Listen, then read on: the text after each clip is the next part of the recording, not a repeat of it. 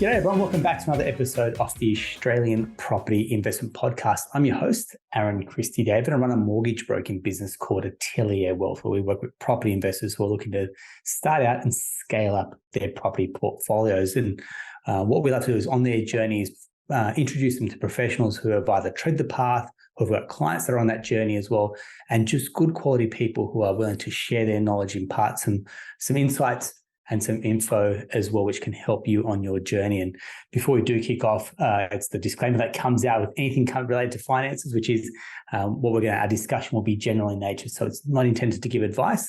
So please do seek out a professional that you want to give you that professional guidance and advice and insight as well.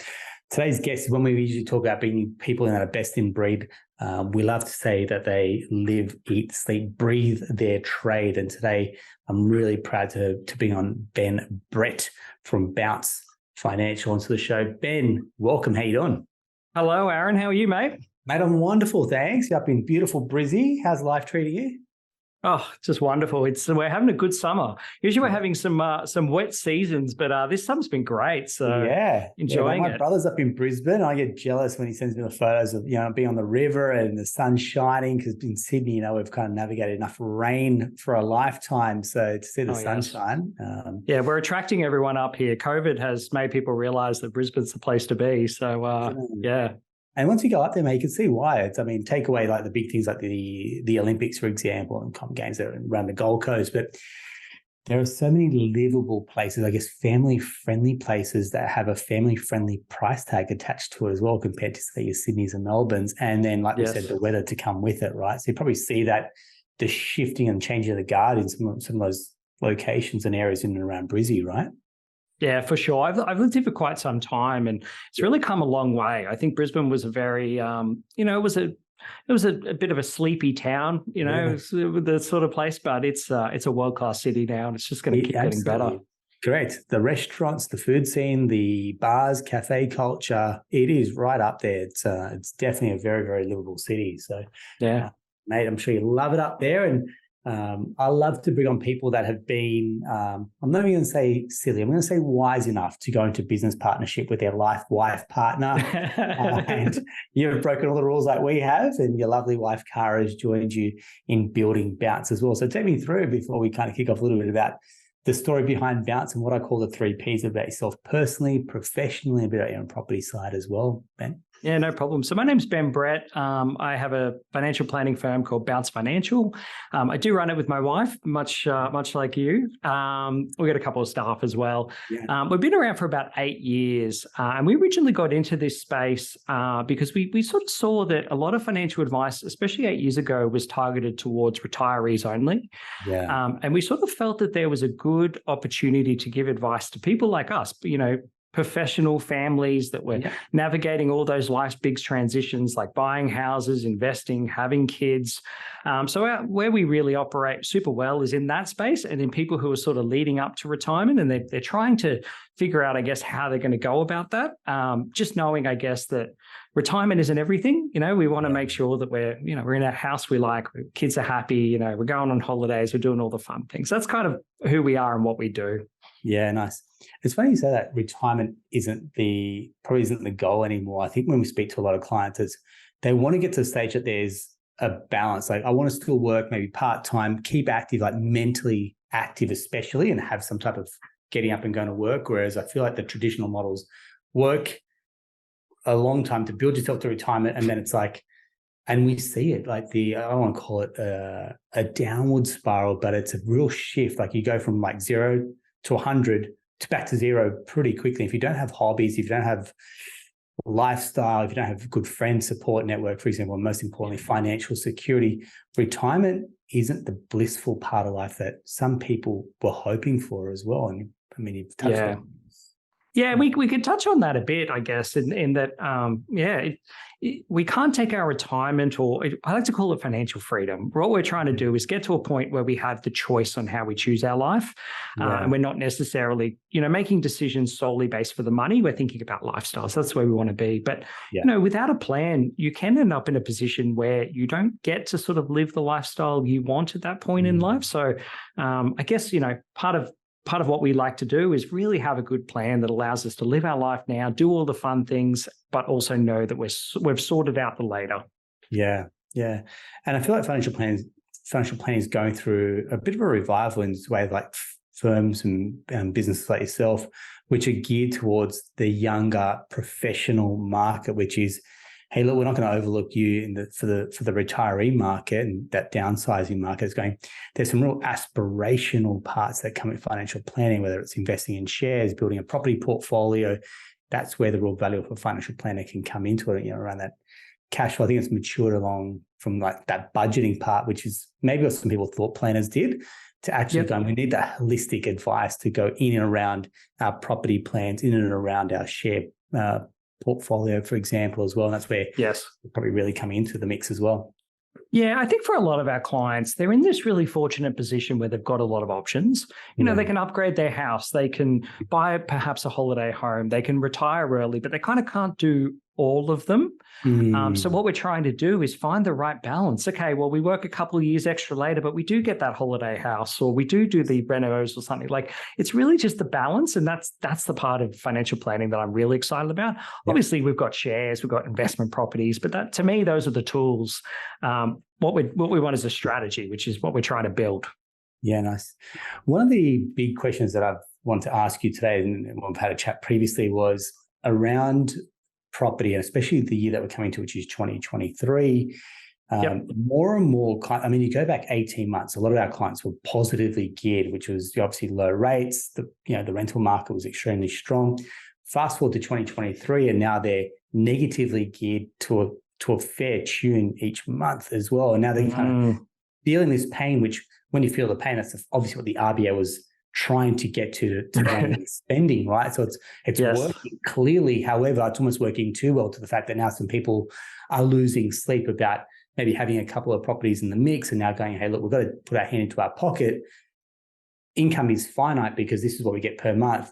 So if it's a pie chart and our increases are going up, something sort of drop off to make allowances for the rising repayments. So I guess, are you having these conversations? Is it starting to kind of pop up its head a little bit at the moment? And how are you having that chat without it being a fearful chat, going, knowledge is power, and how do we get ahead of the curve as well?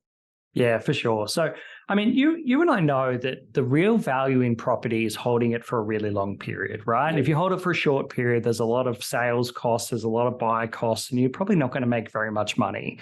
And so when you're planning to invest over a long period, we need to anticipate that there will be ups and there will be downs. And so having a good, solid plan that will allow us to navigate those downs kind of means that we can get through this period where, things aren't as great.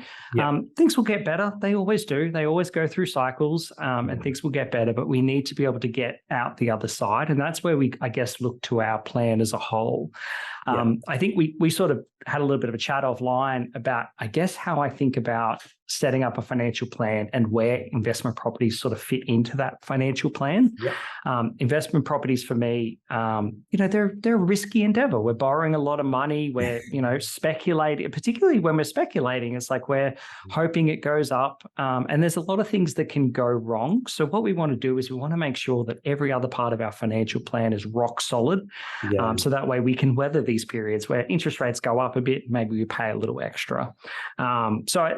We do sort of, I guess, have this wealth roadmap that we talk through with clients to sort of go, okay, there's a lot of ways to build wealth, but loosely, this is what we might want to look at as part of your plan. And I could talk more about that if that's something you're interested in. Definitely. We'll come back to that in a second. But one thing I do want to catch, and I'm not trying to hold you to this, but property speculation, because quite often it's like, hey, look, everyone's done really well in property. Jump on, and like it almost felt like it was a license to print money for some people during the boom of COVID.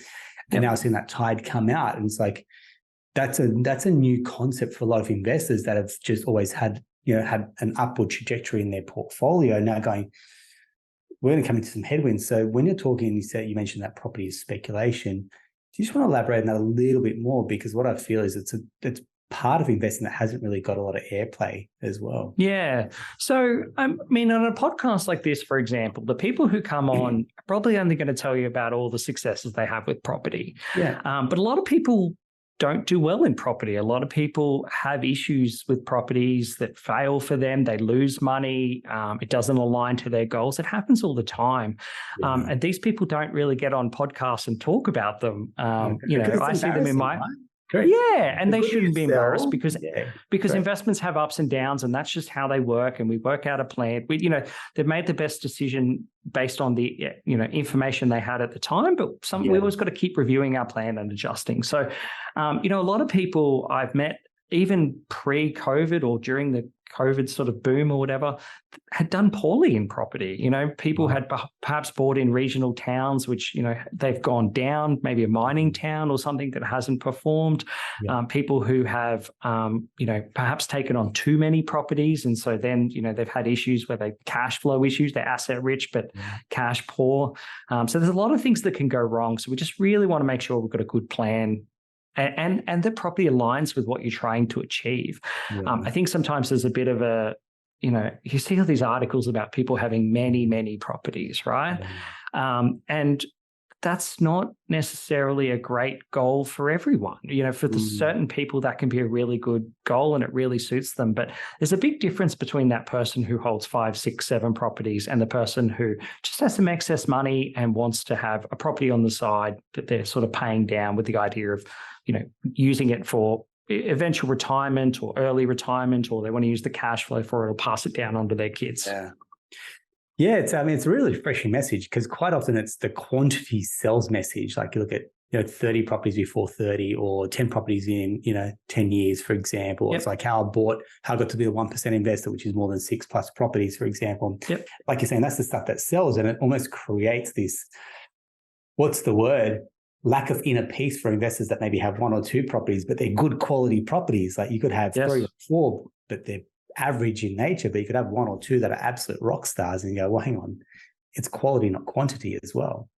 For the vast majority of people, I think that their plans better suit having 1, maximum 2 properties. Right. Once you start moving beyond that, I think you're moving beyond you're not investing in property, you're running a business of buying and selling properties. And that's a completely different business.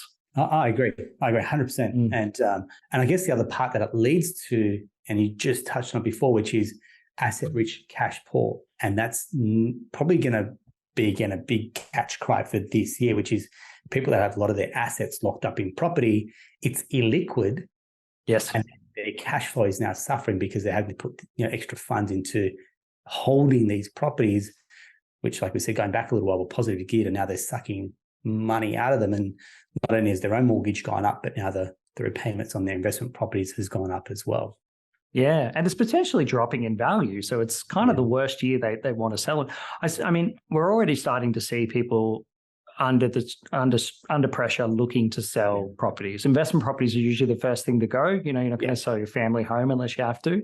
But I am seeing people that we're having that conversation of, okay, well, this mortgage is really affecting you. Maybe we need to think about whether this house suits us for where we're at. Yeah, it's another one. So take me through, you mentioned about a little bit about your framework and how you do work with your clients, and property investing kind of sits a little bit further down the list as well. Maybe traditionally, most people think, I've got to buy an investment property and there are some drawbacks there. So take me through, how does your 12-step methodology work? Yeah, so it's important to note, I guess, that there's many ways to build wealth, right? Like this isn't necessarily a thing that you have to do every step in order. But, after working with clients for a while, I guess what we would do is we would give advice and they'd kind of go, well, where are we in our journey? What are we working towards? And so this sort of helped, I guess, paint out a roadmap of what we're working towards, right? So we've got 12 steps. Like I said, investment properties are step 9. And really, I think there's a few things we need to get sorted before we start thinking about introducing property or the risk of property sort of thing. Yep. So the first is really about building a spending plan. And the spending plan is, a budget, although I'm not particularly fond of the word budget. It's got some pretty negative connotations to it. Yeah. If we are talking about a budget, the way I think about a budget or a spending plan is kind of assigning money to the areas that, make our life great. When a business sits down at the start of the year and comes up with its budget, it's not, looking at it like, oh, I've just got to reduce everything. Instead, they're going, okay, where can we assign money that will bring value to this business? Same for your household income. Okay, well, we have this much coming in. this much goes out to fund stuff, this much goes out to holidays, this much goes out to bills, and this much goes out to savings. And we know that's going to cover our goals. So that's where I start with to try to do that. Most, if you purchase an investment property, say this year, it's very likely that you may be having to put additional money into that in addition to the rent. So knowing that you have that additional, if you've got your budget dialed in, you know that you can weather that and it's not going to be a concern. So building a spending plan is probably step number one. Are you happy for me to keep going on the steps? Let's go for it. Yeah, cool. Step 2, paying off consumer debt. So, this is a big one. Credit cards, personal loans, car loans. Some of these can just be really easy wins from a finance perspective. Anything where your interest rate is higher than sort of 10%, this sort of debt really sucks your income. So before we're sort of looking to invest, sometimes a good strategy can be really trying to get rid of that debt and build up cash reserves so we don't have to go into debt again. And cars are a great example. It's like if you can have the money set aside for your future car, we're going to have to replace them every 5 or 10 years. So let's put some money aside for it. Number 3 is about saving the deposit for the home. So, a lot of the time before we consider an investment property, we really need to think about what's our strategy for our own home. I do see sometimes young people who just aren't really ready to buy the house to live in yet are kind of encouraged by their parents to buy an investment property. Yes. And, they do that, they buy an investment property, and then 2 years later, they meet their partner and they really want to buy a house, and suddenly they don't have borrowing capacity. The investment property doesn't suit how they want to live their life, and it's kind of all a bit of a shambles. Yes. So having a plan around that, I think, is pretty helpful. Well said. Well said. I mean, this is very much that rent vesting vein, isn't it? Yeah. Yeah. And I've spoken about this, I think, a few times, which is it does serve some people. Maybe they have itchy feet. Maybe they move around. They're not going to put down roots anytime soon. But just what you mentioned there, like they've bought a property, a couple of years later, life changes, and we've all been there. Life, does flip around on its head. But then you've used all your cash to then go and buy that first investment property, back to square one with savings. And then you're going, well, hang on. You're frustrated because you probably have borrowing capacity, but you just don't have the cash or the deposit to go and buy that next property as well. Yeah. The goal is to not have to sell your investment property really quickly. We want to hold on to it for a really long time. So, I'm not saying you have to have your house sorted, but at least having a plan on when are you going to buy your house? How much are you going to spend, and what's your plan around that? Allows you to make way better decisions when it comes to the investment property, right? Yeah. Step 4 is about sorting super and insurance. Insurance is like life insurance, income protection, total and permanent disability. Like we say with the investment properties, if you have to put extra in, we want to make sure that even if we're off work because we're sick or something happened, we still, can keep putting money into that investment property, keep it going, let that wealth accumulate. So that's a big one. The other one is, just making sure your super's in a good super fund. Are you contributing extra? Are you invested correctly?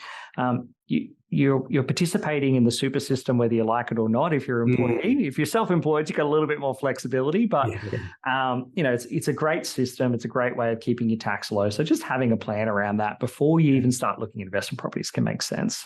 Okay. You happy for me to kick on? Yeah, let's kick on. Talking your head off here.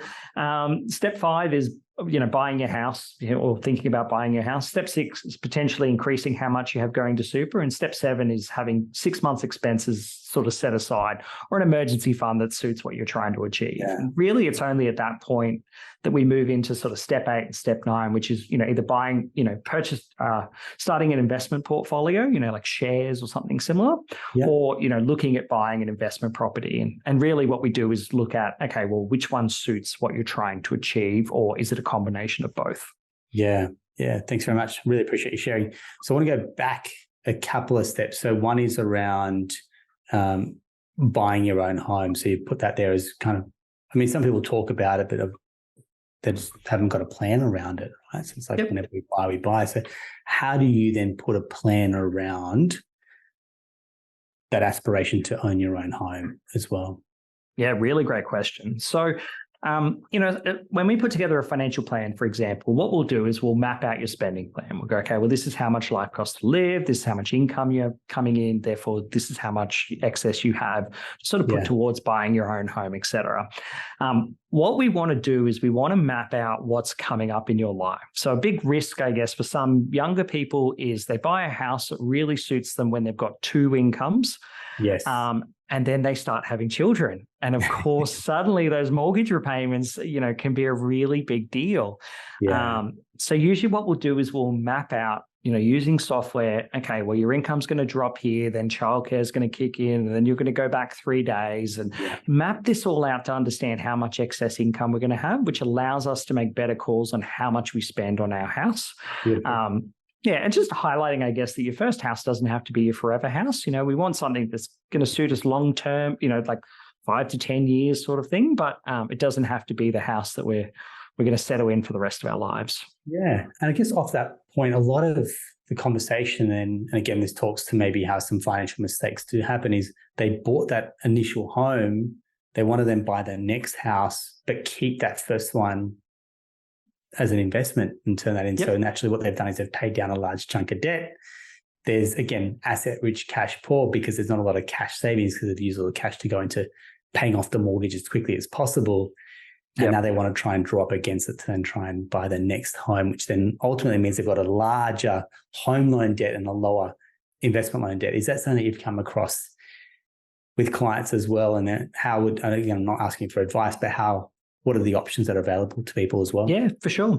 So this comes up nearly 100% of the time when people are looking to upgrade their house, right? I think Australia's got a bit of a narrative of never sell property. You got to hang on to as much property as you can, which doesn't necessarily suit everyone, right? Like we want to find what suits you.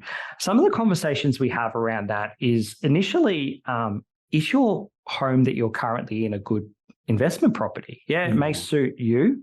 Yes. But is it a good investment property? Is it low maintenance? Does it demand a good rent? Is it going to attract the right type of tenant? Just understanding, look, if you didn't own this house, would you buy it as an investment property? I do find most people tend to say yes, and they tend to have some reason for it that might not necessarily be true. I very rarely do people say no, but anyway.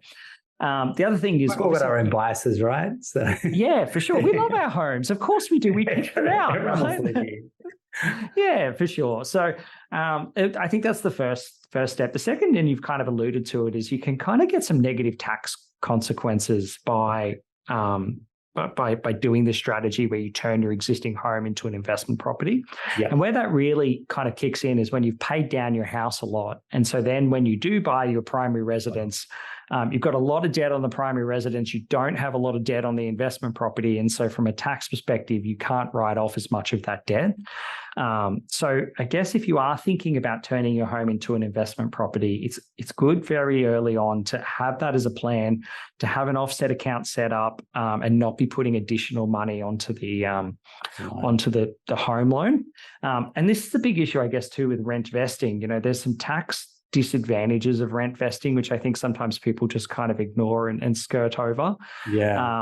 But same scenario with rent vesting is if you're paying down this house, you start generating income from your investment, you start paying tax on it, and you're getting no deduction for the rent you're paying. You end up in a much kind of worse position. So tax can be a big one once we start talking about investment properties. Correct. It's a little bit like unintended consequences, because I get clients going to me, I'm paying a large amount of tax. I want to reduce my tax bill, but I also want to positively gear property. I'm like, well, hang on, we're going to create a double whammy here as well, because you complain about paying too much tax. In positive gear, you're going to pay more tax. So there has to be a fine line between, okay, what type of gearing on that property are we looking for? But also just realizing, hey, mate, if you're making money, you're paying tax. And it's just that's the way of the world at the moment, unless you can look for something more tax effective that's going to suit you as well. Yeah, we want to think about structuring our finances in a way that makes sense from a tax perspective, but we should always be looking to maximize our earnings on our investments. And if that means paying tax, that's great. Awesome. I love the fact that you've got your own podcast. I'm happy to give a shout out to your podcast, which I had to listen to earlier today, and talking about money chats. I love, there was a topic in there that talked about like barefoot buckets, for example, which, everyone's read The Barefoot Investor, and shout out to what Scott Paper's done there in terms of putting financial literacy and saving on the map as well. There's one about turning your house into an investment property, which we just touched on, which I had to listen to, which I think is fantastic as well. Yep. I guess one of the questions you may get from time to time is people going, well, hang on, can I just do it myself, or do I need to actually go through a financial planner? And what's been your response to that for some people? Yeah, great question. So, I don't think financial advisors are for absolutely everyone, right? Like sometimes you can go and you can figure it out yourself. Yeah. And that's great. I definitely encourage people. And we try to put out a lot of just free information or if people ask us questions, we try to put it online in the podcast or whatever. So there's a lot of information out there that hopefully can help you come up with a plan. Yeah. But, for a lot of people, most of my clients, they're in a really good spot and they've got a lot of choices, right? Like they're like, we want to upgrade the house. Maybe we want to send the kids to this private school, but we're comparing multiple private schools. It gets really complex. Early on in life, you do all the obvious things. You go to university, you maybe buy a house, you save your deposit. Like some of these things are pretty simple. And then you sort of hit this point where you're like, we have options in life. And we don't know how to sort of put them all together. And there's a lot of, and I think that's where a good financial advisor can come in and go, okay, well, let's compare these. Let's run a few different scenarios and let's come up with an actual plan of what we want to do, just to remove the uncertainties around finances. For a lot of higher income earners, they feel guilty when they're spending money. They go on a holiday and they're like, oh, am I hurting myself in the future? Am I doing this? By having a good plan, it's like, well, we know that we're covering all of our bases and so we're just executing on it and getting ourselves to a good spot. Yeah, nice. Thank you very much. And when it comes to choosing a planner, what's some of the criteria that you have when you're working ideally with a great client as well? Yeah, great one. One thing I like to point out is that the Australian government has a financial advisor register, and it's wonderful. So if you're ever sort of dealing with somebody, always good to just plop their name in there and just make sure they're on that register, because there are some people out there who sort of pretend to be financial advisors or give you some clue they're a financial advisor. But if they're a financial advisor, they'll be on this list, sort of thing. All financial advisors kind of have a different way they see the world or a different sort of space of people they work with. So finding someone who resonates with you or seems to be tailored towards you like you as a kind of a person is kind of really good. Obviously, Google's your friend, checking out their websites, social media, asking for referrals sort of thing. But I think it's all about resonating. And a lot of financial advisors will either offer like an initial meeting for free or an initial phone call just to sort of make sure there's a good alignment there. And I guess that's how I would go about it.